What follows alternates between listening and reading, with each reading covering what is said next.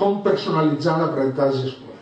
Avui en dia, en la societat actual, la personalització, que és el punt màxim de la tendència individualista, de la postmodernitat i de la globalització, a més, tal com jo ho veig, és un principi, diguem, que està, jo diria, pràcticament assumit per tothom, ens agrada o no ens agrada. I avui en dia el que prima és la personalització.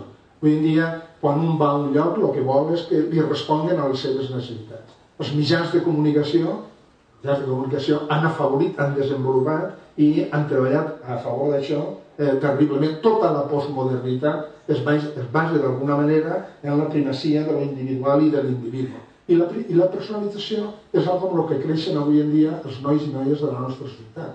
I no s'arreglaria el concepte. Una personalització té a veure no només amb adequar el ritme, el temps, no només amb allò, diguem-ne, de donem més temps a la gent que no pot aprendre no només amb la diversificació, que va ser el gran avenç, diguem-ne, de la LOCSE, i per tant dir, no, mantenim els continguts, mantenim els objectius, però diversifiquem les metodologies, la manera d'arribar-hi a la consecució dels objectius. No, la personalització vol dir alguna cosa més.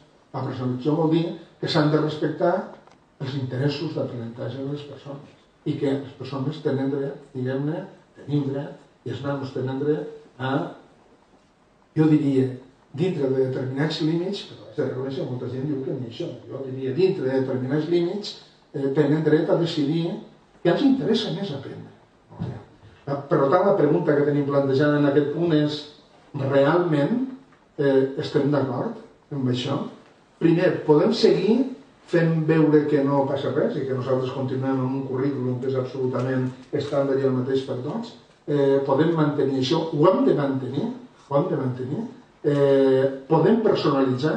Convé que fem una personalització de l'aprenentatge? Què és el que implica fer una personalització de l'aprenentatge? I fins on hem d'arribar?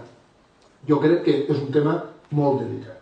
És un tema molt delicat, és un tema molt complicat, però tinc també la impressió que és un d'aquests temes al voltant dels quals es jugarà en bona mesura què serà l'educació escolar en els propers, no molt tardà, d'aquí 10, 12 anys, perquè ja comencem a veure les tendències.